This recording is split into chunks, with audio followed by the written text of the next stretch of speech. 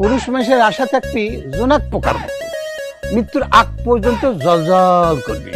আচ্ছা দাদা, নতুন করে কাটা গায়ে নুনের সিটা দিচ্ছ কিসের জন্য? হ্যাঁ, দিচ্ছে এই জন্যে যাতে অতি দ্রুত তুমি কাটা ঘা শুকায় ফেলতে পারো। দাদা কি করছো? এটা কি শরীরের মধ্যে কোনো ঘা, স্কিন ডিজিজ, যে ডিসপেন্সারিতে গিয়ে ওষুধ কিনে স্কিনে লাগাই দিলাম বা খাইয়ে ফেললাম, ডিজিজ শেষ হয়ে গেল, ঘা শুকিয়ে গেল? হ্যাঁ, এটা মনের মধ্যে ঘা হয়েছে, এটা সহজে শুকায় না দাদা, বুঝতে পারছো? সেটাও সম্ভব।